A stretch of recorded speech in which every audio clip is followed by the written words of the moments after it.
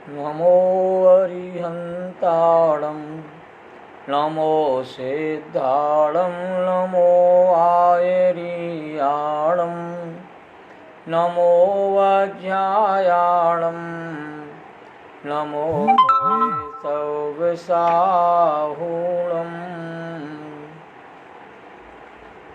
मंगलम भगवान वीरो मंगलम गौतमो गणी मंगलम कुंद कुंदाद्यो जैन धर्मोस्तु मंगलम सर्वमंगल मांगल्यम सर्वकल्याणकारकम प्रधानम सर्वधर्माणां जैनम जयतु शासनम जैनम जयतु शासनम। तीन भुवन में सार वीतरागे विज्ञानता शिव स्वरूप शिवकार नमः त्रियोग समारिके। छेड़ाला ग्रंथ का यहाँ विशेष स्वाध्याय चल रहा है। आध्यात्मिक कविवर दौलतराम कवि के द्वारा एक अनमोल ग्रंथ हमारे सामने उपस्थित हुआ है। इस ग्रंथ की महिमा अपरंपार है। इस ग्रंथ में दुख क्या है, दुख के कारण क्या है, सुख क्या है और सुख के कारण क्या है, इन चार बातों का ही मूलभूत वर्णन यहाँ पर किया गया है। दुख क्या है ये तो हमने पहली ढाल में अच्छी तरह समझ लिया है। दुख के कारण कौन कौन से हैं इस बात को हम लोग समझ रहे हैं दूसरे नंबर की ढाल के माध्यम से। और तीसरे नंबर की ढाल में सुख क्या है ये हमें बताया जाएगा। और सुख के कारण कौन कौन से हैं चर्चा तीसरी ढाल में, चौथी ढाल में, पांचवी ढाल में, छठवीं ढाल के माध्यम से चर्चा विस्तार को प्राप्त होगी।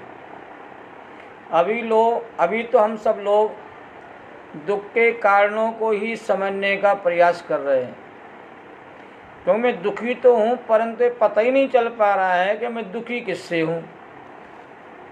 कभी कभी आप लोगों ने देखा होगा डॉक्टर के पास जाते हैं, डॉक्टर उसका सारा टेस्ट करा लेता है और टेस्ट कराने के बावजूद उसकी बीमारी पकड़ में नहीं आती। और सामने वाला कहता है कि भैया मैं तो बीमार हूँ, और डॉक्टर कहता है आपकी बीमारी को यहीं पकड़ में नहीं आ रही, सारी जांच करा के देख ली, टेस्ट करा के देख लिया है और बीमारी तो आपको दिखाई दे नहीं रही है। वो कहता है मैं सामने बीमार हूँ।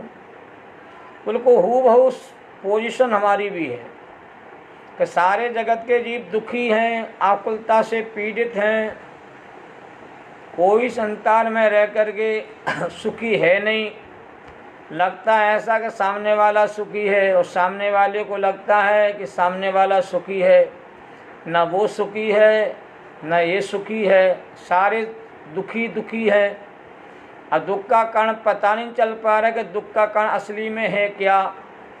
क्योंकि हमने दुख को दूर करने के लिए संयोग वाली सारी व्यवस्थाएं कहते पुण्य को उदय से प्राप्त हुई थी, उनको प्राप्त कर लिया। सारा वैभव हमें जो मिलना चाहिए पुण्य के योग से वो वैभव ही प्राप्त हो गया। जो समागम मिलना चाहिए वो समागम ही मिल गया। आज्ञाकारी पुत्र भी हमारे पास आ गया। सारे समागम कहते हैं आपको कहते प्राप्त हो जाने के बावजूद भी जीवन में से आकुलता कहते हैं समाप्त नहीं हो पा रही। और हर समय कहते हैं जीव तनाव में रहता है।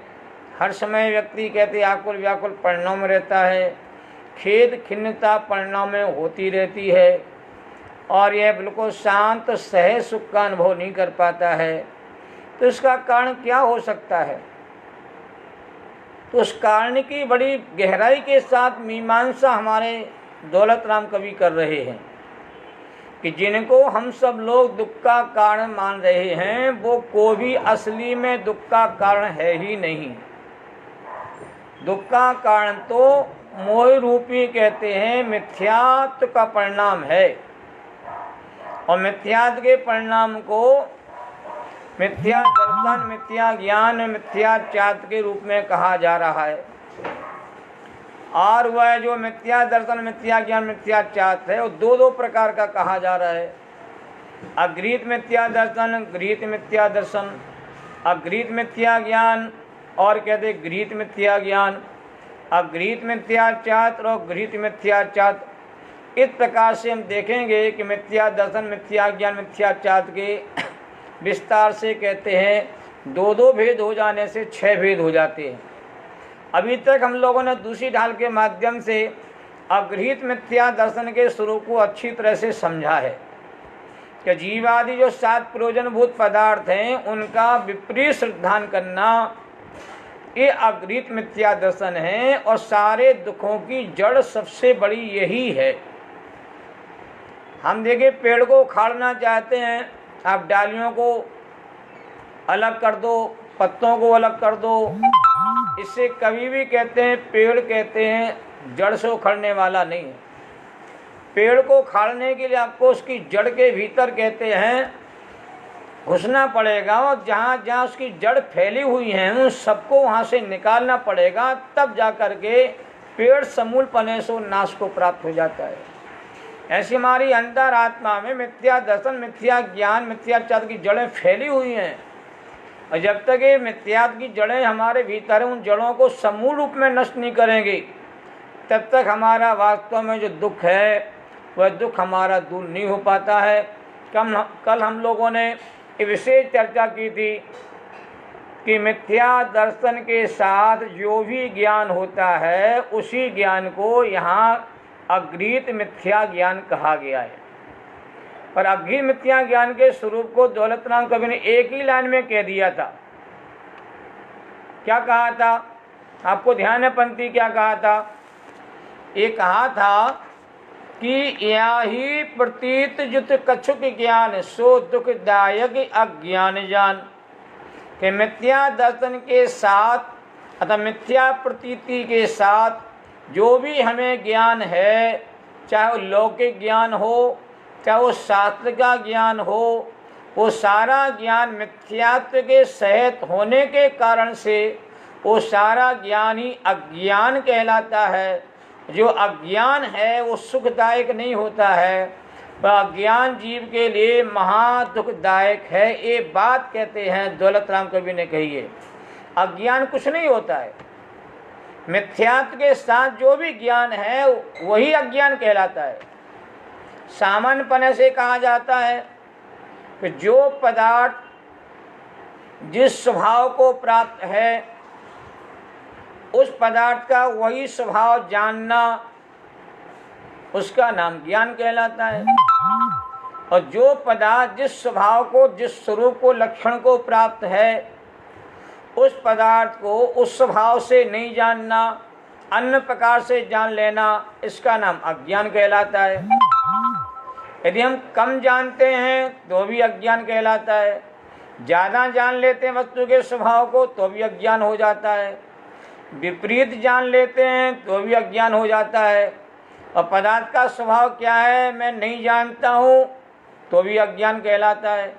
तो ज्ञान क्या कहलाता है कि जिस पदार्थ का, जिस वस्तु का जैसा स्वभाव स्वरूप है उस वस्तु को उसी स्वभाव से, स्वरूप से जानना, उसमें किंचित मात्र भी कहते हैं उसमें मेल मिलाप आदि नहीं करना अपनी इच्छाओं का, अपनी मान्यताओं का, तभी वह ज्ञान आपका शुद्ध ज्ञान कहलाता है।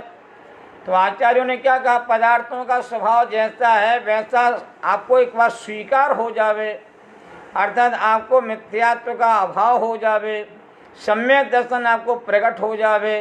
तो सम्यक दर्शन के प्रकट होने पर क्या होता है? पदार्थों का जैसा स्वरूप होता वैसा स्वरूप ही आपको स्वीकार हो जाने से, उसकी मान्यता सम्यक हो जाने से वह पदार्थ आपको भली भांति जानने में आ जाता है। तो सम्यक दर्शन पूर्वक जितना ज्ञान होता है वो सारा ज्ञान सम्यक ज्ञान कहलाता है, और मिथ्या दर्शन पूर्वक जितना भी ज्ञान होता है वो सारा ज्ञान आपका कहते हैं अज्ञान कहलाता है, मिथ्या ज्ञान कहलाता है, अगृहीत मिथ्या ज्ञान कहलाता है। तो अगृहीत मिथ्या दर्शन के साथ होने वाले संपूर्ण ज्ञान को, चाहे वो ज्ञान आपका किसी भी क्षेत्र का क्यों ना हो, वो सारा ही लोक में भैया तो बहुत ज्ञानवान आदमी बहुत शास्त्रों के बारे में जानकारी रखते हैं, इन्होंने बहुत सारे शास्त्रों को पढ़ा हुआ है और बहुत इनका गहरा अभ्यास है, बहुत अच्छा चिंतन है, मनन है। लोक में इस बात की तारीफ भी होती, प्रशंसा भी होती है, लोग बाग आपको वाह वाह भी करते हैं। परंतु जिनवाणी माता आपको विशेष कहती है कि लोगों की प्रशंसा को सुन करके तुम अपने को ज्ञानी मत मान लेना। ये क्षयोपम ज्ञान है, ये सात ज्ञान है, ये आपका भी आत्मिक ज्ञान नहीं है। ये ज्ञान आत्मा को जान करके होने वाला ज्ञान प्रकट नहीं हुआ। ये शास्त्रों को पढ़ पढ़ करके आपने कहते ज्ञान कर लिया है, और शास्त्रों को पढ़ के जो ज्ञान हुआ है ये आपका ज्ञान पराश्रित ज्ञान है। ये ज्ञान आपका स्वाश्रित ज्ञान नहीं है, स्वभाव से उत्पन्न होने वाला ज्ञान नहीं है। इसलिए ज्ञान आपका अभी कहते हैं सम्यक ज्ञान के रूप में परिणमित नहीं हुआ। अपने आप को धोखा नहीं देना चाहिए। अपने आप को धोखा दोगे तो वह धोखा आपका कभी मिटेगा ही नहीं, आपकी भ्रांति कभी दूर होगी ही नहीं। तो जिनिमानी माता ये बार बार हमको समझाने का प्रयास करती है कि आत्मा के सच्चे श्रद्धान हो जाने पर जो भी ज्ञान कहते होता है वो सारा ज्ञान ही वास्तव में जीव के लिए सम्यक ज्ञान के रूप में माना जाएगा। और मिथ्यात्व का जहर अंदर में बैठा हुआ हो और जितना भी तुम्हारा ज्ञान शास्त्र संबंधी आगम संबंधी हो वो सब अज्ञान के खाते में चला जाएगा। अब आप कह सकते हो भाई दुनिया के ज्ञान की बात आप नहीं कर रहे, शास्त्र ज्ञान के पीछे पड़ गए आप तो। का शास्त्रों का पठन पाठन नहीं करें, शास्त्रों का अध्ययन नहीं करें, शास्त्रों को ना समझें। भाई साहब शास्त्रों को पढ़िए समझिए, इसके बिना गति नहीं है। हमारे रयणसार ग्रंथ में कुंदकुंद स्वामी ने लिखा है अध्ययनमेव झाणम, शास्त्रों के अध्ययन करने से ही आपको असली ध्यान की प्रक्रिया प्रारंभ होगी, चित्त की एकाग्रता बनेगी, 5 इंद्रियों के विषयों का निग्रह होगा, कसाएं आपकी कहते मनता को प्राप्त हो जाएंगी। फिर पंचम काल के जीवों को शास्त्र अभ्यास ही कहते कल्याणकारी है। और यही शास्त्र अभ्यास में तुम्हारा चित्त जुड़ जाता है और तुम्हारी सच्ची मान्यता बन जाती, सच्चा श्रद्धान तुम्हारा प्रकट हो जाता है। तो सच्चे श्रद्धान के साथ जो भी आप ज्ञान करोगे वो सारा ज्ञान आपका कहते ध्यान के खाते में चला जाता है। अध्ययन को ही आचार्यों ने ध्यान कह दिया। आप बड़े बड़े कहते ध्यान नहीं कर पाओगे, पहाड़ों पे जा कर के, बगीचे में बैठ कर के, वन में जा कर के अपने आत्मा में लीन होने वाला पुरुषार्थ पंचम काल के जीवों को कहते हैं बड़ा कठिन काम है। पर सरलतम काम क्या, हम ध्यान में कैसे आ जाएं? तो शास्त्रों को पढ़ते हुए अपने चित्त को एकाग्र करना, वस्तु के स्वरूप की सच्ची श्रद्धा को अपने भीतर जागृत करना, जिस पदार्थ का जैसा स्वभाव वैसा स्वभाव जान के समझ करके उसी पर दृढ़ विश्वास पैदा कर लेना और निरंतर ज्ञान के अभ्यास में लगे रहना। यदि ये साधना तुम्हारी अंदर में चलती है तो 5 इंद्रियों के विषयों के प्रति तुम्हारी विरक्ति हो जाती है, कसायों की छुट्टी होना प्रारंभ हो जाती है, 5 प्रकार के पापों से निवृत्ति होना प्रारंभ हो जाती है। ये सब ध्यान के अंतर्गत ही कहते हैं आचार्यों ने समाहित कर दिया है। इसलिए शास्त्र अभ्यास का निषेध नहीं किया जा रहा है। आप जितना शास्त्र का अभ्यास करना चाहो उतना शास्त्र का अभ्यास करिए, क्यों शास्त्र को पढ़े बिना आपको स्वयं और पर का बोध ही नहीं हो पाएगा। इसलिए यहाँ निषेध किसका किया जा रहा है कि मिथ्यात्व जहर के साथ जो शास्त्रों का पठन पाठन होता है और मिथ्या जहर को निकाला नहीं जाता है और मिथ्या के जहर के निकले बिना ही माँ शास्त्रों के पठन पाठन करने से आप अपने आप को ज्ञानी समझने लगते हो, ये आपको भ्रम हो गया है। और इस भ्रम के निराकरण करने के लिए आचार्यों ने कहा कि मिथ्या दर्शन के साथ जितना भी ज्ञान है वो सारा ज्ञान अज्ञान रूप है और वह अज्ञान जो है जीवों के लिए महादुख का कारण है। इस प्रकार अगृहीत मिथ्या ज्ञान की चर्चा एक लाइन के माध्यम से दौलत राम कवि ने की है। अब एक लाइन के माध्यम से दौलत राम कवि हमारे सामने अगृहीत मिथ्या त्याग का वर्णन भी एक लाइन में बता रहे। और देखिए अगृहीत मिथ्या दर्शन की बड़ी भूल थी, उस भूल को बताने के लिए उन्होंने 5-6 छंदों का प्रयोग किया, 6 छंदों का प्रयोग किया। और अगृहीत मिथ्या ज्ञान को बताने के लिए एक लाइन का प्रयोग किया। तो एक लाइन में समझ में आ गया कि मिथ्या दर्शन के साथ जितना ज्ञान होगा वो सारा ज्ञान तुम्हारा कहते हैं अज्ञान के खाते में चला जाएगा। अब अज्ञे मिथ्याचार को बताने के लिए 5-6 छंद नहीं लिखे गए। दौलत राम कवि ने मात्र एक छंद ही लिख दिया और एक छंद के माध्यम से ही कहते दौलत राम कवि ने अज्ञे मिथ्याचार की सारी चर्चा को हमारे सामने खोल करके रख दिया।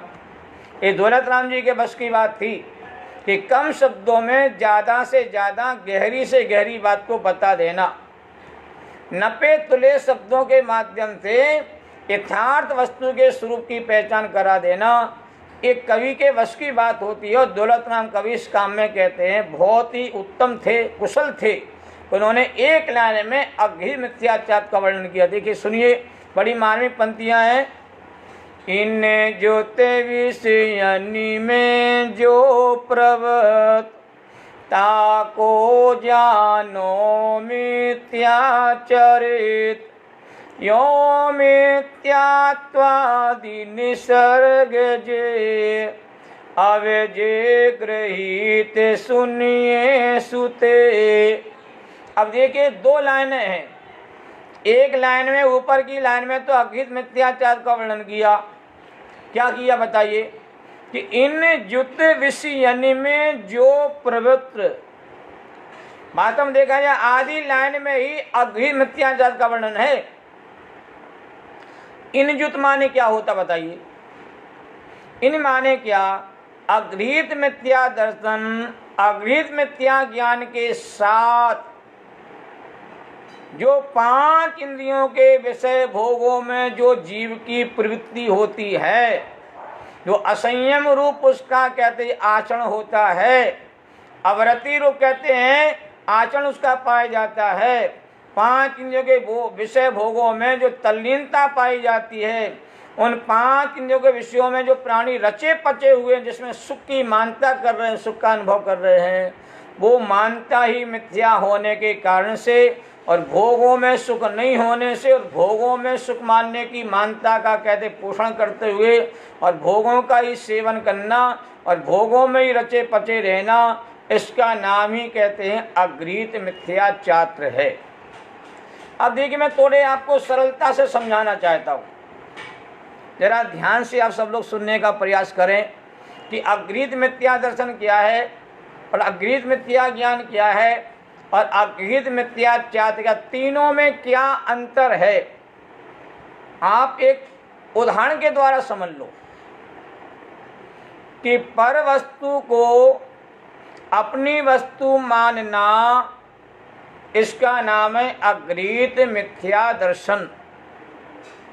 पर वस्तु को, भिन्न वस्तु को अपनी वस्तु जानना, इसका नाम है अगृहीत मिथ्या ज्ञान।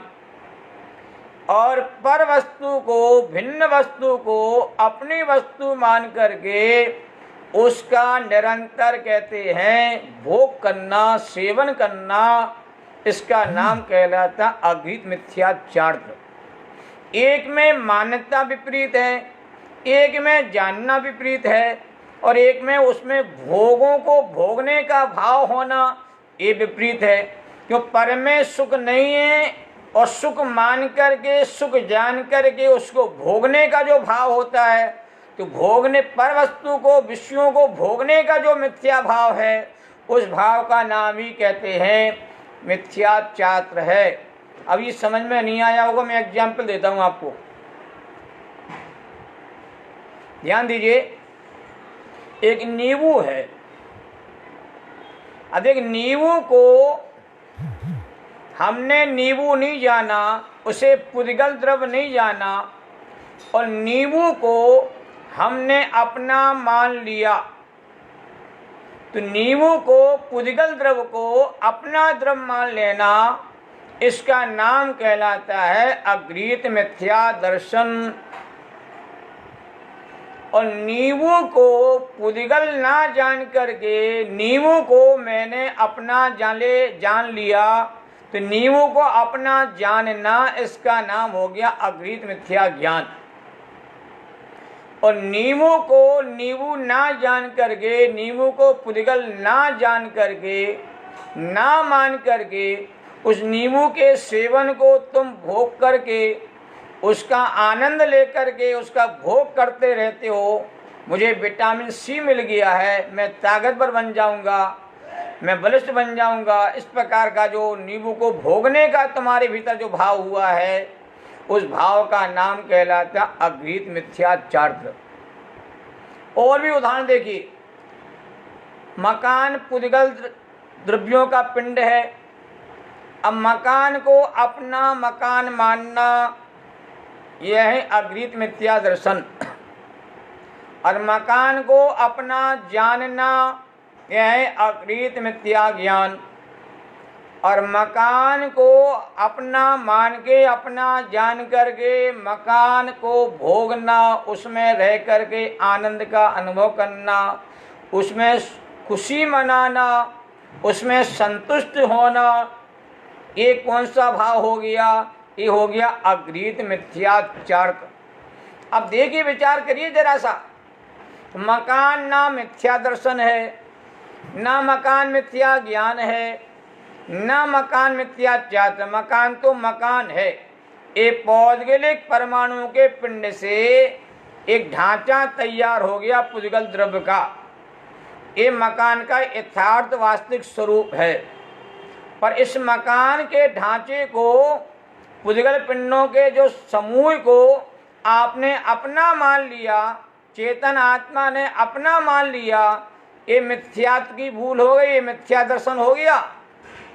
और मकान को अपना जान लिया, पुद्गल को ना जान करके अपना जान लिया, तो कहते आपका मिथ्या ज्ञान हो गया।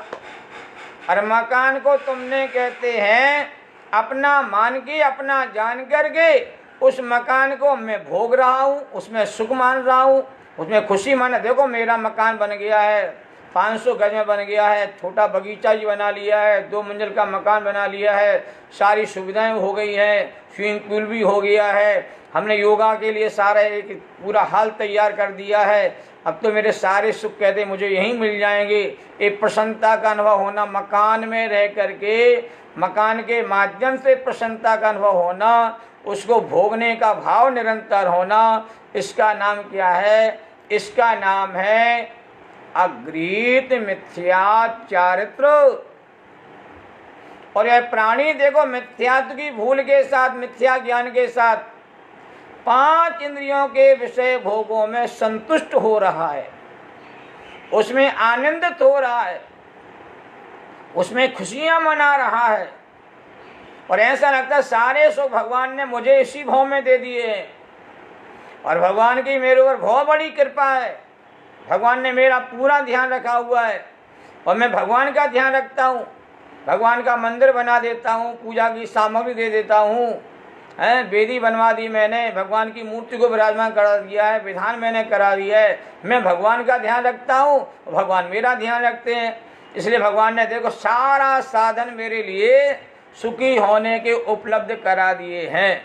इस प्रकार की आपके भीतर जो मान्यता बैठी हुई है, ये सारी मिथ्या मान्यता, मिथ्यात्व का जहर है। भगवान आपका ध्यान नहीं रखते, ना भगवान का ध्यान रख रहे हो। भगवान तो अपने आत्मा का ध्यान लगा करके अपने आत्मा में लीन तल्लीनता को प्राप्त हो गए, वीतरागी होगा, सर्वज्ञता को प्राप्त हो गए। आपको भगवान का ध्यान नहीं रखना है। भगवान तो अपने निजानंद रस में लीन है और अनंत काल तक लीन रहेंगे। उन्हें अपने आत्मा के आनंद से बाहर आने के लिए एक क्षण भी नहीं मिलता है। अपने स्वभाव में ऐसे तन्मय हो गए कि वहां से कहीं बाहर निकल के जाना ही नहीं भैया। तो दुनिया का ध्यान कौन रखेगा? भगवान ध्यान नहीं रखेंगे तो ये भैया अन्य मिथ्या लोगों की मानता है कि भगवान सबका ध्यान रखते हैं। सारी ये दुनिया की रचना जो है, सारा जगत भगवान का बनाया हुआ है। जैन दर्शन की मानता नहीं, ध्यान देना, क्योंकि सारा जगत जो है, विश्व है, ये 6 द्रव्यों का समुदाय है। जीव, पुद्गल, धर्म, अधर्म, आकाश, काल, ये 6 द्रव्य जगत में अनादि से हैं, अनंत काल तक रहेंगे। इसलिए जगत का कर्ता, धर्ता, हर्ता कोई नहीं है। ये 6 द्रव्य की अवस्था अनादि से चल रही है, अनंत काल तक चलती रहेगी। और जो द्रव्य अनादि अनंत होते हैं, उसका कर्ता धर्ता कोई होता ही नहीं। जो पदार्थ हैं, उनका कर्ता धर्ता कौन होगा? इसलिए भगवान तो जगत की संपूर्ण अवस्था के ज्ञाता दृष्टा सर्वज्ञ होने के कारण से हैं वो। इसलिए भगवान तो अपने आप में लीन है। आपने भगवान की भक्ति करी तो भगवान की भक्ति करने से आपको पुण्य का लाभ हुआ, पुण्य संचय हुआ, पुण्य कर्म का बंध हुआ। उस पुण्य कर्म की स्थिति जिस दिन आपकी पूरी हो जाएगी, वह पुण्य कर्म आपके लिए संयोग वाली व्यवस्थाएं कहते आपके लिए उपलब्ध करा देगा। आप उसमें कहते मग्न हो जाओगे, खुशी मनाओगे तो पाप का बंध हो जाएगा। एक कर्म की प्रणाली, कर्म की व्यवस्था संसारी प्राणी के साथ सुबह से शाम तक 24 घंटे चलती रहती है, ध्यान देना। और ये सारी व्यवस्था ऑटोमेटिक चलने वाली व्यवस्था है। इस व्यवस्था को कोई भी दुनिया में संचालित नहीं करता है, क्योंकि हर जीव का कर्म का विधान अलग अलग स्वतंत्र होने कारण से किसी को किसी के भीतर कुछ भी हस्तक्षेप करने की आवश्यकता नहीं रहती है। सारी व्यवस्था कहते व्यवस्था के तहत काम करती रहती है। हमें तो व्यवस्थित व्यवस्था को देख करके जान करके शांत रहने का अभ्यास करना है। ज्ञाता दृष्टा रह करके शांति का अनुभव करना सीखना है। क्षमता भाव में रहने का अभ्यास हमें करना है। इस अभ्यास हो जाता सारी मिथ्या मानता हमारे भीतर से कहते निकल जाती हैं। इसलिए 5 इंद्रियों के विषय भोग के साधन जो किसी को प्राप्त होते हैं, उस जीव की कर्म जनित व्यवस्था के कारण से मिलते हैं। इस बात को भी हमें ध्यान में रखना चाहिए। अब देखिए, भोग सामग्री आपको पुण्य कर्म को उधर से मिली।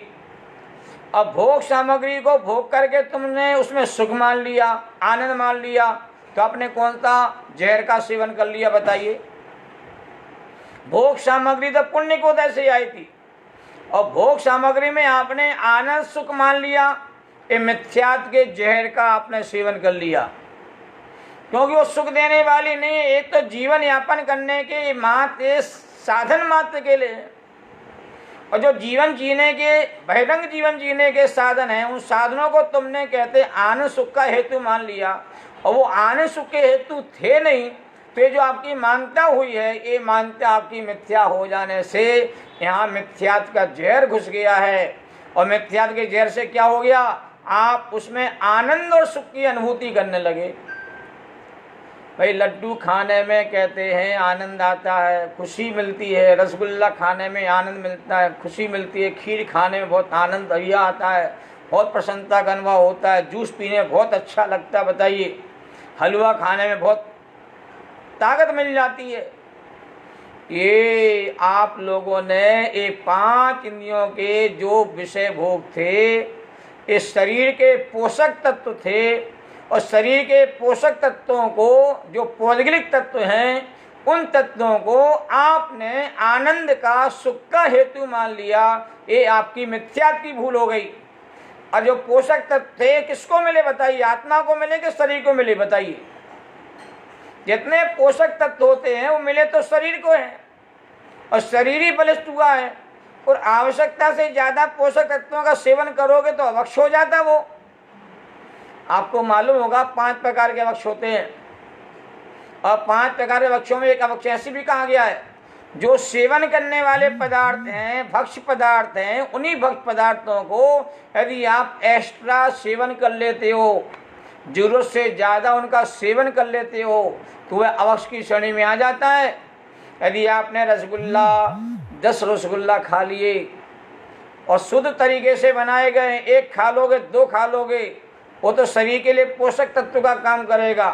और कहते हैं उसमें यदि आप सुख मानते हुए ज़्यादा सेवन कर लोगे तो शरीर के लिए जहर का काम करता है। आत्मा का आनंद तो आत्मा की अनुभूति से मिलना है। आत्मा को कोई आनंद नहीं आता, तो राग का आनंद आता है।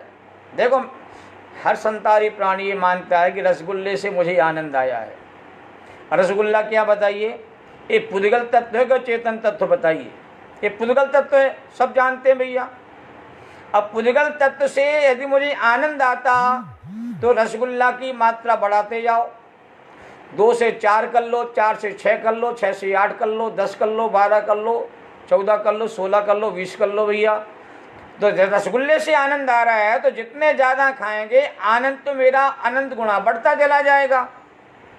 परंतु जितने ज़्यादा सेवन करोगे उतनी ज़्यादा व्याधियाँ आ जाएंगी, रोग खड़ा हो जाएगा। अब बीमार हो जाओगे, परेशान हो जाओ, दुखी हो जाओगे, डॉक्टर के पास जाना पड़ेगा, दवाइयाँ लेना पड़ेंगी, इसका मतलब क्या बताइए। अरे रसगुल्ले में आनंद है, लड्डू खाने में आनंद है, खीर खाने में आनंद है, हलवा खाने में आनंद है, तो देखा जाए ये आनंद आपका हर ज़्यादा मात्रा में बढ़ता जाना चाहिए। और ये आनंद तुम्हारा कहते हैं दुख में बदल जाता है सुख की जगह, इसका मतलब उसमें सुख तो है ही नहीं। सुख होता तो सुख बढ़ना चाहिए, आनंद होता तो आनंद बढ़ना चाहिए।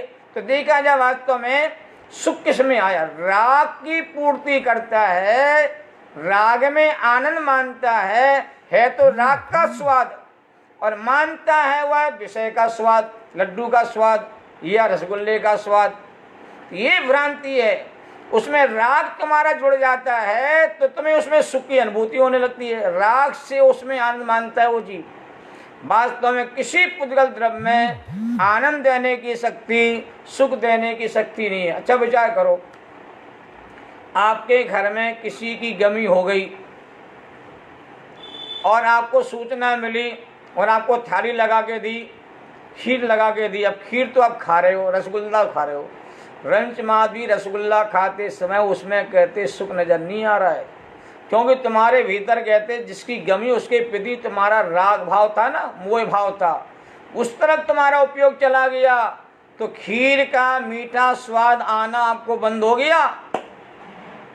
इससे सिद्ध हो गया कि वस्तु में आनंद नहीं है, पौधे वस्तु में आनंद सुख नहीं है, ये तो राग में आनंद मानता है, ये भ्रम जीव को हो गया है। इसलिए 5 इंद्रियों के विषयों को निरंतर कहते सेवन करता हुआ उसमें कहते खुशी मनाता है। देखो हमारे परमार्थ प्रकाश ग्रंथ में बहुत अलग अलग ग्रंथों में 5 इंद्रियों के विषयों के लोलुपी जीवों की दशा का वर्णन किया है कि स्पर्शन इंद्रिय के लोभ में हाथी जो है ना, हथनी को छूना चाहे, उसके साथ काम भोग का सेवन करना चाहे छू करके, तो हाथी को काबू में करना हो तो क्या किया जाता है, सामने हथनी को खड़ा कर दिया जाता है, बीच में गड्ढा बना दिया जाता है, गड्ढे को ढक दिया जाता है, और हाथी दौड़ता दौड़ता आता है और हथनी के छूने के चक्कर में, स्पर्श करने के चक्कर में भागता भागता गड्ढे में गिर करके अपने प्राण को गंवा देता है। तो स्पर्श इंद्रिय की पूर्ति करने के लिए वह कहते हैं अपने प्राण की आहुति दे रहा है। और मछली होती है कहते हैं धीवर के, कहते हैं जाल में फंस करके कहते हैं अपने प्राणों को गंवा देती है। और कहते हैं घ्राण इंद्रिय के लोभ में कहते भौरा होता है, तो कमल के गंध का लोलुपी होता है, उसके भीतर फंस जाता है, अपने प्राण की आहुति दे देता है। और पतंगा होता है रूप का लोभी होता है, तो दीपक की लौ को देख करके उसके पास जाता है और अपने प्राणों की आहुति दे देता है। और कहते कर्ण इंद्रिय का लोभी कहते हैं हिरण होता है, बीन बजती है, बांसुरी बजती है, तो संगीत के प्रेम में फंस करके वह शिकारी के जाल फंस जाता है। तो आचार्य देव कह रहे हैं कि एक एक इंद्रिय के लोभ में इन जीवों ने अपने प्राणों की आहुति दे दी है। अब मनुष्य तो कहते 5 इंद्रियों के विषयों का लोलुपी हो गया, उसमें प्रवृत्ति करता, दिन रात प्रवृत्ति करता रहता है। एसी में बैठ करके ही तुम्हें ठंडक पने का अनुभव होता है, स्पर्श इंद्रिय का लोभ है भैया, उसके बिना नींद नहीं आती है, सोफा में बैठे बिना आप जमीन पर बैठ नहीं पाते हो, स्पर्श इंद्रिय का भोग भोगा जा रहा है। और उसी समय खाने पीने के नाना प्रकार के व्यंजन परोसे जा रहे हैं। प्यास तो आपकी कहते गिलास सामान्य पानी से बुझ जाती है, पर रंगीन पानी किसको पीना है, ये रसना इंद्रिय के लोभ में वशीभूत होकर के कहते हैं रंगीन पानी पीना चाहता है। अनेक लोग तो ड्रिंक करके अपनी कहते हैं इच्छाओं को पूर्ति करते हैं, और कहते हैं वहाँ संगीत बजता रहे तब मुझे कहते वहाँ आनंद आएगा, नाच गाना होता मुझे आनंद वहाँ पर आएगा। और नाना प्रकार के दृश्य देखता रहूं, टीवी के माध्यम से नाना प्रकार के कहते हैं अपने मनपसंद कार्यक्रम देखता रहूं तो मुझे आनंद आएगा। कि हर समय ये प्राणी 5 इंद्रियों के विषयों को कहते हैं पुष्ट करता रहता हो, उसमें सुख मानता है। यही तो प्रवृत्ति तुम्हारी मिथ्या प्रवृत्ति है। ऐसी मिथ्या प्रवृत्ति का नाम अगृहीत मिथ्याचार, क्योंकि इस प्रवृत्ति में तुम सुख मानते हो, है तो वह कहते हैं प्रवृत्ति पौद्गलिक पदार्थों के प्रणमन करने की प्रक्रिया, और जीव उसमें क्या मानता है, आनंद सुख मानता है, मिथ्या दर्शन की भूल है, और उसके जुगाड़ में लगा रहता है। ये मिथ्या ज्ञान की वृत्ति पुट होती रहती है, उसमें सुख मानने का भाव रहता है, तो भोगता रहता है। उससे वह प्राणी कहते वास्तव में कहते हैं उसमें कहते जुड़ा रहता है। ये मिथ्याचार की प्रवृत्ति, इसलिए कहा इन जुत विषयन में जो प्रवृत्त ये मिथ्या दर्शन मिथ्या ज्ञान के साथ जो 5 इंद्रियों के विषयों में प्रवृत्ति होती है, इसका नाम ही कहते हैं वास्तव में देखा जाए मिथ्याचारित्र है। देखो आप लोगों ने कभी उदाहरण सुना हो, एक उदाहरण आता है कि राजा था, विष्णु का लोलुपी था, और पुष्पों की सैया पर लेट करके ही उसे नींद आती थी। हर दिन मालिन होती थी, बगीचे में जाती थी, बढ़िया बढ़िया सुगंधित पुष्पों को लेके आती टोकरी में, और शाम को राजा की सैया पर सारे पुष्पों की पूरी कहते सैया बिछा देती थी, और राजा आता था उस पर लेट करके कहते हैं वो कहते हैं उसका पूरा मजा लेता था। एक दिन पहले आ जाती, समय के पहले, और राजा के आने के लिए अभी कहते समय बाकी है। राजा तो हर दिन पुष्पों की सैया पर लेटकर इसका आनंद मजा लेता है, चला आज मैं भी लेट करके देखती हूँ इसमें कितना आनंद और मुझे कहते हैं मजा आता है। अब वो ध्यान दीजिए, वह लेट जाती है, लेटते ही उसे कहते हैं सुगंधित पुष्पों के कारण से नींद आ जाती है, और राजा वहाँ आता देखता मेरी पुष्प सैया पर कौन लेटा हुआ है, अरे ये तो मालिन लेटी हुई है।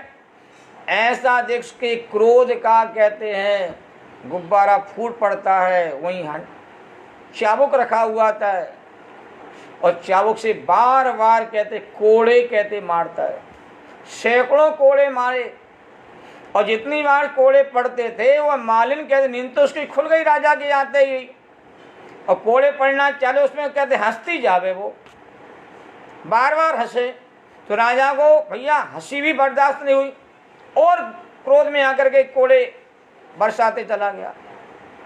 मालिन हंसती चली जा रही है, राजा कहता है मैं जितने कोड़े बरसाता हूँ आप उतनी हंसती क्यों, इसका रहस्य बता दो मुझे। तो मालिनी कहती है मैंने 5 मिनट इस सैया का आनंद लिया है, और मुझे इतने कोड़े पड़ चुके हैं अनगिनत, और आप दिन रात इस पुष्प की सैया का आनंद लेते हो, तुम्हारी क्या दशा होगी नरकों में जा करके। मैं उसको याद करके मुझे हंसी आ रही है। अरे राजा कहता इसने तो मेरी आंखें खोल दी। उसी दिन पुष्पों की सैया पर लेटना बंद कर दिया, और विरक्त होकर के और कहते सन्यासी की भूमिका में आकर के उसने कहते अपने कल्याण के मार्ग को चुन लिया। तो जीवों को लगता है ऐसा जरूर है कि विषय भोगों को भोगने पर मुझे सुख मिल रहा है, पर देखा जाए वो विषय भोगों का सुख सुख नहीं है, वो विष है, वो जहर है। और जहर के सेवन करने से जीवों की दुर्गति होती है, सदगति नहीं होती है। जो विषय भोगों की आकांक्षा में डूबे रहते हैं वो प्राणी सम्मूर्छन की पर्याय में चले जाते। विषयाभिलाषा जो है वो जीव को सम्मूर्छन की पर्याय में ले जाती है। और सम्मूर्छन की पर्याय मालूम कौन सी होती है? 1 इंद्रिय से लेके 4 इंद्रिय वाले जितने जीव होते हैं उन सब जीवों को सम्मूर्छन जीव कहा जाता है। वो मन रहित हो जाते हैं, उन्हें हित का विचार करने का उनके अंदर में योग्यता का सद्भाव नहीं हो पाता है।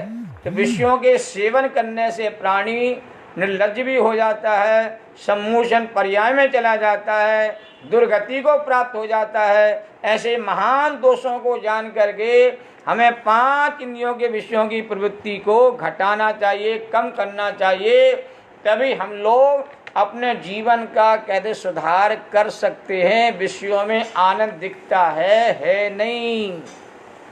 दर्पण में आपको अपना चेहरा दिखता है पर दर्पण में आपका चेहरा है नहीं। ऐसे 5 इंद्रियों के विषय भोगों में आपको आनंद नजर आता है पर आनंद उसमें है नहीं है, वो राग का आनंद है। और राग के आनंद को तुम असली आनंद मान करके भ्रमित हो जाते हो। इसलिए इनके विषय भोगों से जितने विरक्त हो जाएंगे तो क्या करें। लोग कहते हैं भैया क्या करें, मेरा पुण्य का ठाट बाट ही ऐसा है, मैं ऐसा पुण्य का मेरा उदय चल रहा है कि मुझे महल में रहने को मिल रहा है, हजारों नौकरों के बीच में रहने का मुझे सौभाग्य मिल रहा है, 10-10 गाड़ियों में मुझे घूमने का सौभाग्य मिल रहे थे, पुण्य के उदय की भूति इसको मैं भोग रहा हूँ। भैया ये बासा पुण्य तुम्हारा चमक रहा है और ताज़ा पुण्य तुम्हारा कहते हो नहीं रहा है। और बासे पुण्य को जितना तुम भोग लोगे उसमें पाप का बंद करोगे तो जीव की नियम से कहते दुर्गति हो जाएगी। और पुण्य के वैभव को पाकर को उसमें अनासक्ति की भावना रखो। अनेक अनेक राजा हुए जिन्होंने कहते राजपाट के बीच में रह करके सन्यासी जैसा जिन्होंने जीवन जिया। भरत चक्रवर्ती का उदाहरण तो दुनिया के सामने है ही। और एक राजा ऐसी भी था, शमशान में जा करके सप्ताह में एक दिन कहते ध्यान लगाते थे रात में जा करके अपने राजपाट को छोड़ करके। और एक दिन कहते एकांत में बगीचे में जा करके ध्यान मुद्रा में बैठ करके अपनी आत्मा का ध्यान लगाते थे। सारी सुविधाओं को पा करके जो सारी सुविधाओं को ठुकरा देता है और कहते हैं अपने आत्मा के असली आनंद को पाने का जो प्रयत्न और उपाय करता है वही तो वैरागी कहलाता, वही तो विरक्त कहलाता। और ऐसे वैरागी विरक्त जीवी कहते मोक्ष मार्ग के पथिक बनते हैं और वही आगे जा करके वास्तव में मुक्ति के आनंद को प्राप्त करने के सच्चे अधिकारी बन जाते हैं। इसलिए विषयों में आनंद है नहीं, दिखता जरूर है, परंतु दिखने के कारण से जीव भ्रमित हो जाता है और दुनिया की दौड़ में शामिल हो जाता है। अरे इनके पास तो ऐसा हो गया, ऐसा हो गया, ये तो वहाँ जा रहे घूमने, वहाँ जा रहे हैं, मैं भी इनके साथ चलता हूँ। वो कहता है मैं नहीं ले जाऊँगा किसी को। आप नाराज हो जाते हो, फिर आपको गुस्सा आता है, मैं भी अपने साथ चला जाऊँगा। ये विषयों के भोगने की जो तुम्हारे अंदर में आकांक्षाएं हैं, दौड़ है, इस दौड़ से जीव दुर्गति के द्वार पर पहुँच जाता है। इसलिए समझ लो आत्मा का आनंद जब तक तुम नहीं लोगे, असली आनंद से हमारा परिचय नहीं हो पाएगा। इसलिए हमारी बहन जी ने लिख के भेजा हुआ है कि श्री माला बहन जी ने, इंद्रिय के भोग मधुर विश्वम लावण्यमयी कंचन काया। हम पूजा में पढ़ते इंद्रियों के भोग विष के समान है। भोगों को भोगते समय ऐसा लगे विष का सेवन कर रहा हूँ, जहर है। जो जहर के सेवन से मैं नरक के नजदीक पहुंच जाऊंगा। इसलिए ये ज्वाला जो विषयों की है उसको शांत करना चाहिए। कैसे शांत होगी? एक ज्ञान के बल पर ही कहते शांत हो जाएगी। कितना भी गहन अंधकार क्यों ना हो, और अंधकार को दूर करने का भी आपको संकल्प है तो एक जुगनू भी काफी होता है। इस जुगनू की चमक से ही अंधकार कहते हैं कमजोर हो जाता है, अंधकार दूर होने लगता है।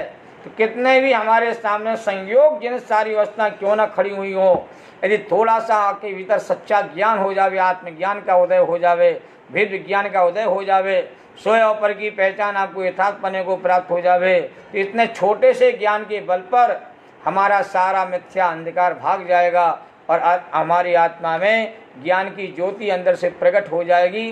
पर ध्यान देना, ज्ञान के साथ विनम्रता बहुत जरूरी है। विद्या ददाति विनयम, विद्या हमेशा विनय भाव से आती है, नम्रता के भाव से आती है, कोमलता के भाव से आती है। निंदक बनकर के कोई ज्ञानी नहीं बना हुआ है कि निंदक आत्मा कहते हैं ज्ञान को झेल नहीं पाती है। इसलिए किसी की बुराई ना करो, किसी की प्रशंसा ना करो। संसार में रह करके संसार के प्रति असली उदासीनता का भाव रख करके और अपने आप को जानने पहचानने का जो उपाय शांति पूर्वक किया जाता है वही आपके भीतर ज्ञान की रोशनी को जगा देता है, अंदर के ज्ञान की रोशनी को जगा देता है। उसके बल पर सारे विषय भोग तुम्हें विष के समान नजर आने लगते हैं। सामग्री पड़ी रहती है और ज्ञानी उसके प्रति अनासक्त हो जाता है और अपने आत्मा के हित में प्रवृत्ति करना सीख जाता है। एक अजब गजब के सूत्र हैं भैया। संसार में रह करके आपने 60 साल देख लिया, हमने 50 साल देख लिए, किसी ने 55 साल देख लिए, किसी ने 70 साल देख, क्या मिला बताओ? राग द्वेष के अलावा हमने कौन सा व्यापार किया तो बता दो। आत्मा के कल्याण के मैंने आज तक क्या किया तो समझा तो दो जरा। जो भी किया परिवार के लिए करते रहे, कुटुंब के लिए करते रहे, शरीर के लिए करते रहे, दुनिया के लिए करते रहे, अपने लिए हमने आज तक क्या किया बताओ? और जिसके लिए किया वो मैं हूं नहीं, जो मैं हूं उसके लिए मैं करना नहीं चाहता, उसकी तो मेरी दृष्टि नहीं, उसकी नज़र मेरे पास नहीं है। तो जीवन भर सब कुछ करने के बावजूद भी अंत में तुम खाली ही जा रहे हो। आप ज्ञान संपदा को लेके नहीं जा रहे, आत्मा के आनंद को भोग करके नहीं जा रहे हो। आपने रत्नत्व धर्म का पालन आपने नहीं किया है, आपने स्वानुभव नहीं किया है। आपने जो किया है वो पुण्य पाप के परिणाम करे हैं, और पुण्य पाप के परिणामों का फल तुमने यहाँ भोगा है, और जहाँ जाओगे वहाँ पुण्य पाप के परिणामों का फल भोगते रहोगे। संसार का किनारा नहीं आएगा। संसार का किनारा यदि हमें वास्तव में कहते हैं लगाना है और अपनी आत्मा को मोक्ष तक पहुँचाने का प्रयास करना है, तो इन मिथ्या धारणाओं से अपने आप को मुक्त करना चाहिए। इसलिए कहा जाता है कि आचरण तुम्हारा शुद्ध नहीं, कल्याण तुम्हारा कैसे हो। जब तक हमारा आचरण ठीक नहीं होगा, कल्याण कैसे होगा। आचरण कैसे ठीक होता है? सम्यक ज्ञान के बल पर होता है। सम्यक ज्ञान कैसे आता है? ये आत्मा के सच्चे श्रद्धान पर आता है। एक कड़ी जुड़ी हुई है कि आचरण ठीक होना चाहिए, पर ज्ञान के बिना आचरण नहीं होता है, और ज्ञान सच्चे श्रद्धान के बिना आपका सम्यक पने को प्राप्त नहीं होता। इसलिए जिनवाणी माता कहती है सबसे पहले सम्यक श्रद्धान करना सीख जाओ, और सम्यक श्रद्धान के साथ सम्यक ज्ञान तुम्हारे भीतर जग जाएगा, उसी समय हो जाएगा।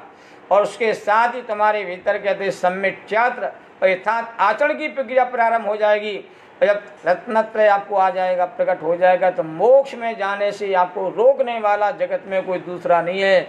रत्नत्रय के धारी जीव ही नियम से मोक्ष में पहुंच जाते हैं। इसलिए ध्यान देना, इन युक्त माने मिथ्या दर्शन मिथ्या ज्ञान के साथ जो 5 इंद्रियों के विषयों में प्रवृत्ति हो रही है सुबह से शाम तक। देखो, सुबह होती है, शाम होती है, और यूं ही जिंदगी हमारी तमाम हो जाती है। क्या लेके जा रहे हैं? विचार तो करो, क्या कमाई कर रहे हैं हम, ये विचार तो करो।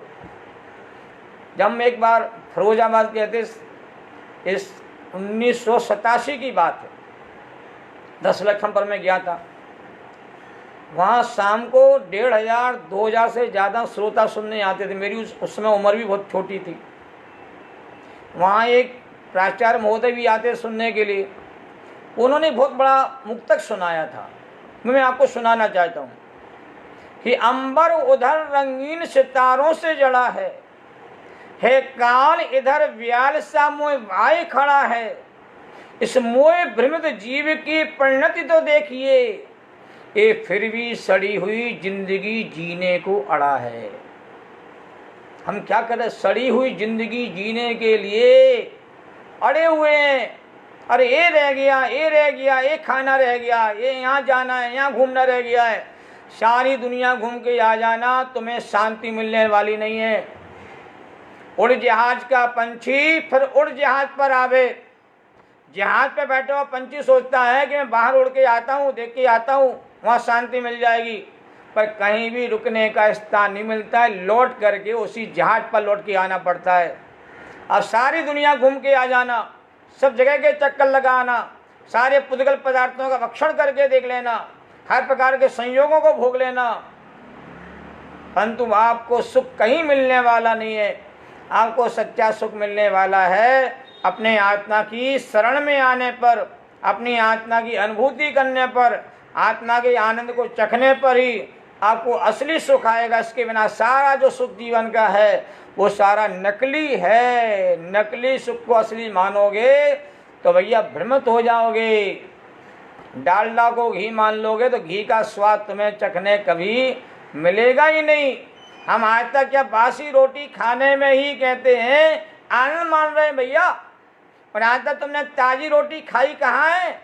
और ताजी रोटी खाओगे तो बासी रोटी खाना तुम्हारा बंद हो जाएगा। असली घी का सेवन करोगे तो नकली घी के सेवन करने की बात तुम्हारी चित्त में नहीं आएगी। और असली आत्मा का आनंद यदि आपको चखने मिल जाएगा, एक बार मिल जाएगा, एक समय की कमाई तू अनंत काल खाएगा, तो एक बार असली आत्मा के आनंद को चख कर के देखो तो सही। आओ तो आत्मा के नज़दीक, स्वभाव की तरफ देखने का उपाय तो करो। ये अंतर्दृष्टि जगाओ तो सही। ये आंखें तुम्हारी बाहर खुली रहती, दुनिया तुम्हें रंग बिरंगी दिखाई देती है। इन आँखों को माध्यम से तुम अंतर्दृष्टि जगाओ तो सही, अपने आप को देखने का प्रयास करके देखो तो सही। आपको वो आनंद मिलेगा जो आनंद कहते राजा महाराज चक्रवर्ती तक को नहीं मिलता भाई साहब। वो आनंद आत्मा की शरण में आने पर, आत्मा को पहचानने पर, और आत्मा की अनुभूति होने पर जीवों को नियम से प्राप्त हो जाता है। वो बात 6 डाला बता रहे हैं कि आप मिथ्या दर्शन मिथ्या ज्ञान के साथ जो भोगों में प्रवृत्ति करते हो, ये तो आपने मिथ्यात्व का ही कहते कार्य किया है, संसार परिभ्रमण का काम किया है। इससे संसार का किनारा आने वाला नहीं है, सब मिथ्याचार है, मिथ्या आचरण है, और मिथ्या आचरण से तुम्हारी मुक्ति होने वाली नहीं है।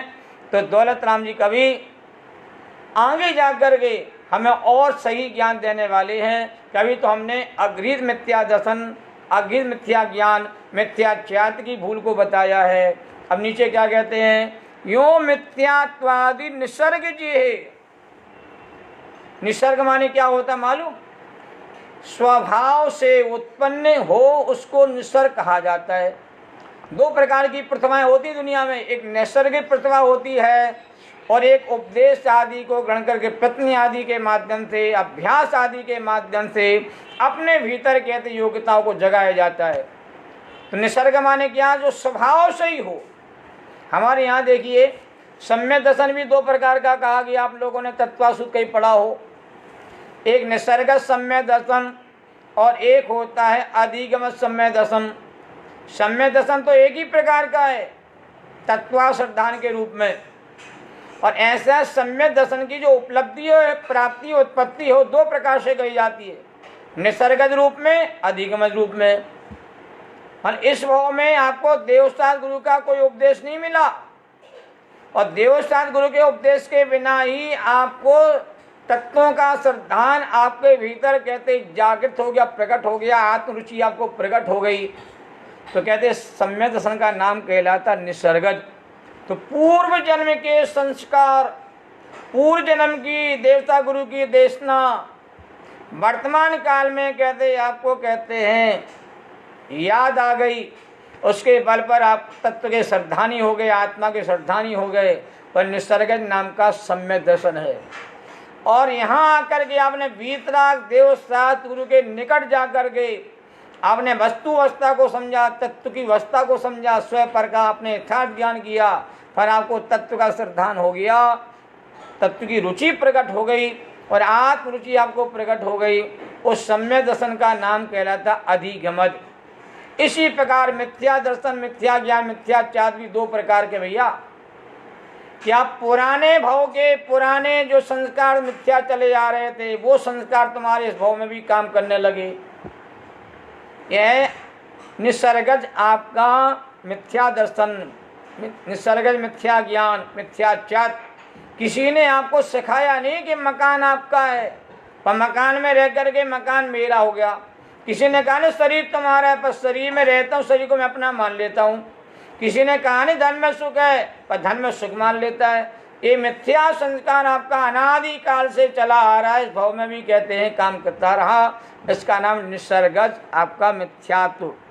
अब ऐसा मिथ्या जो आपने कुगुरु कुदेव आदि की माध्यम से आपने अपने भीतर कहते हैं जगा लिया, प्रकट कर लिया, उसको कहा जाने वाला गृहीत। जो नया ग्रहण किया है मिथ्यात्व, उसको गृहीत मिथ्या बोलते हैं। जो पुराना मिथ्या चला आ रहा था अनेक भाव से, अनंत भाव से, उसका नाम अगृहीत था। जो पुरानी बीमारी थी उसका नाम अगृहीत है, जो नई बीमारी हो गई उसका नाम गृहीत है। तो दौलत राम कवि क्या कह रहे हैं, यो मिथ्यात्वादि निसर्ग जे, कि मिथ्यात्वादि आदि में क्या आ गया, मिथ्या दर्शन, मिथ्या ज्ञान, मिथ्याचार।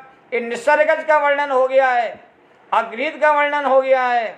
अब जे गृहीत सुनिए सुते, अब गृहीत मिथ्या दर्शन को सुनिए और सुन करके छोड़ दीजिए।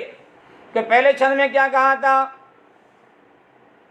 क्या कहा पहले छंद में क्या कहा था मालूम है आपको? पहले छंद में क्या कहा गया था? पहले छंद में कहा था ताते इनको तजिए सुजान, कि मिथ्या दर्शन, मिथ्या ज्ञान, मिथ्याचार को अच्छी तरह जान करके आप इनको कहते छोड़ देना। तो अग्नि मिथ्या का स्वरूप समझ लिया है तो छोड़ दो पुरानी मान्यताओं को। अब तत्व का सच्चा श्रद्धान करके, तत्व का सच्चा ज्ञान करके, तत्व की सच्ची अनुभूति करो तो छूट जाएगा। अब गृहीत वाली जो भूल है जो मनुष्य पर यहाँ विशेष रूप से होती है, तो मैंने पहले भी कहा था गृहीत मिथ्या दर्शन देवगति में नहीं है, गीत मिथ्या दर्शन कहते हैं आपका नरक गति में नहीं है। गीत मिथ्या दर्शन असंगी जीवों को नहीं होता है। गीत मिथ्या दर्शन जो है मात्र मनुष्य पर्याय में रहने वाले जीव हैं, जो खोटी मान्यता रखने वाले जीव होते हैं, उनकी संगति में आकर के जो खोटी मान्यताओं को और मजबूत करते चले जाते हैं। वीतराग देवता गुरु का शरण छोड़ करके और जो कहते हैं कुदेवादी की शरण में जा करके, कुगुरु की शरण में जा करके और कुधर्म की शरण में जा करके अपने अनादि के मिथ्यात्व को और मजबूत कर देता है, पुष्ट कर लेता है। उस भूल का नाम कहलाता गृहीत मिथ्या दर्शन। उसका वर्णन अब कहते प्रारंभ कहते करने वाले हैं। अब देखिए सबसे पहले वर्णन करेंगे कुगुरु का, फिर कुदेव का, फिर कुधर्म का। यही तो हमारे लिए भ्रमण कराने में कारण बन रहे हैं। हम वीतराग देवता गुरु का सच्चा श्रद्धान कर लेंगे तो कुगुरु कुदेव कुधर्म आदि की मान्यता हमारी छूट जाएगी। पर वीतराग देव के दर्शन तो करता है, पर वीतराग देव के वीतरागता के स्वरूप को भूल जाता है। और वीतराग देव के दर्शन करता हुआ वीतराग देव से कहते हैं अपनी कामनाएं जगाने लगता है।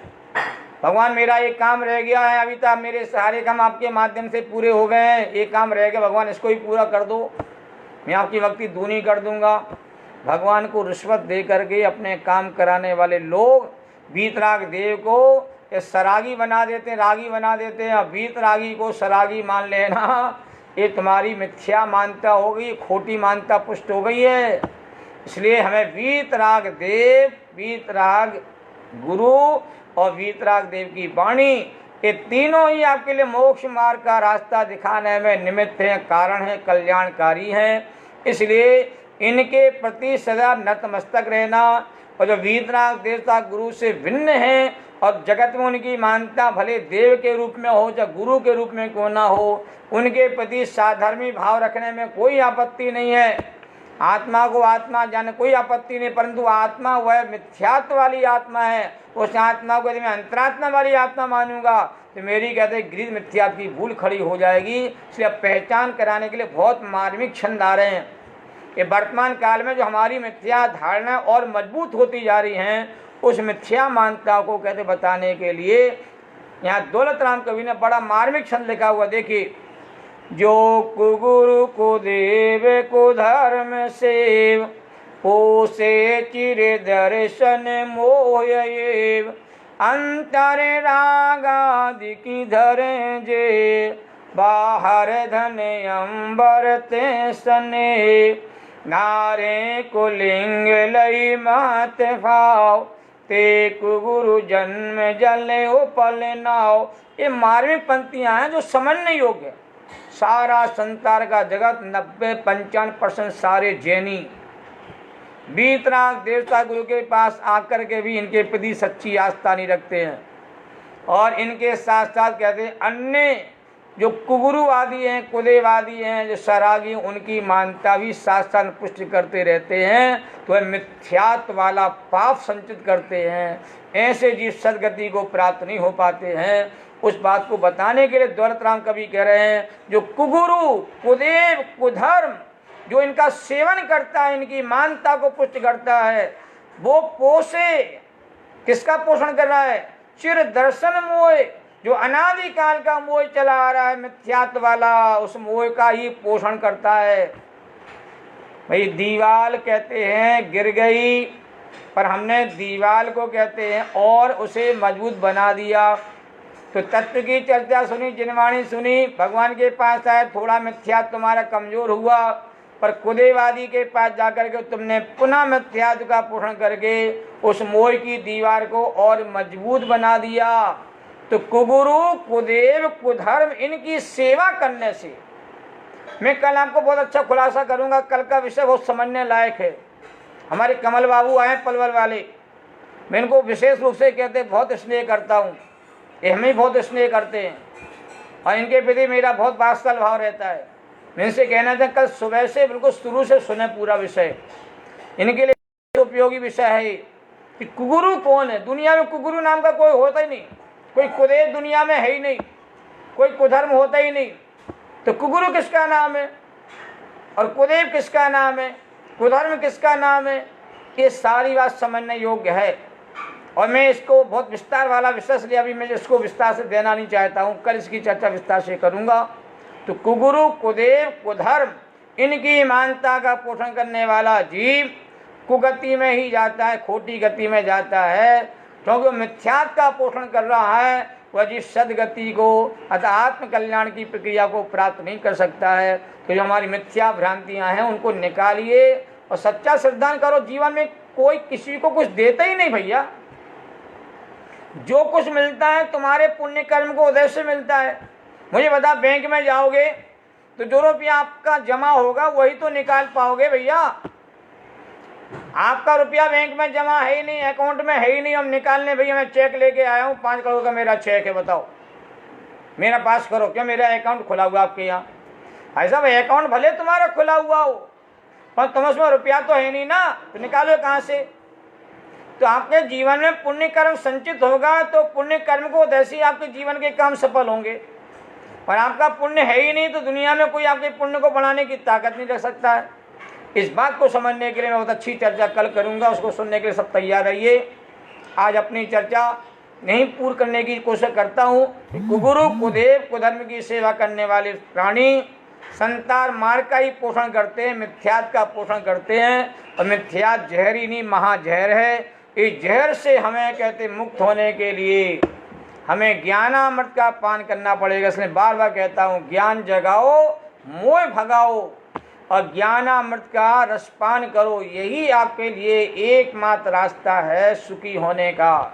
इसके अलावा सुखी होने का कोई दूसरा रास्ता हमारे जीवन में नहीं है। इस बात को गांठ में मान लो। मिथ्यात्व महापाप है और पाप जैसा लगता नहीं है।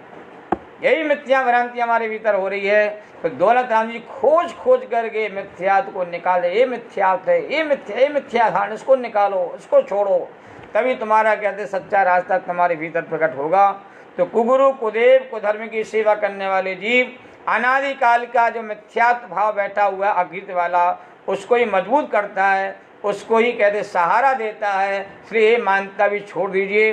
अब कुगुरु कौन कहलाता है पहचान कराएंगे दौलत राम जी। पहचानो, कुगुरु सुगुरु कौन है, कुदेव कौन है, सुदेव कौन है, पहचानिए भैया। कुधर्म क्या है, सुधर्म क्या है, इनमें अंतर करना सीख जाइए। हमें किसी से द्वेष नहीं करना है, किसी से कसाई नहीं करना, किसी से ईर्ष्या नहीं करना है। हमें तो सच्चा मार्ग पकड़ना है, सच्चा श्रद्धान करना है। इस बात को समझने के लिए हम सब लोग निरंतर इस 6 डाला की अद्भुत चर्चा को सुनने के लिए तैयार रहें। ये महान कहते हैं कार्य अपना इस समय हो रहा है। इस कार्य को कहते हैं अच्छी तरह से समझें और समझ के अपना कल्याण का माप प्रसन्न करें। इसी भावना के साथ अपनी बात को पूरा करता हूँ। सभी को सादर जय जिनेन्द्र। अब जिनवाणी स्तुति। जा वाणी के ज्ञान ते सूझे लोकालो, सो वाणी मस्तक नमो सदा देती हूँ धूप, सदा देती हूँ धूप। नमोकार में सब लोग पढ़ लीजिए। कल इसी समय चर्चा होगी शाम को 7 बजे। 47 शक्तियों पर विशेष आध्यात्मिक चर्चा चल रही है। उस चर्चा का भी सब लोग विशेष रूप से लाभ लें।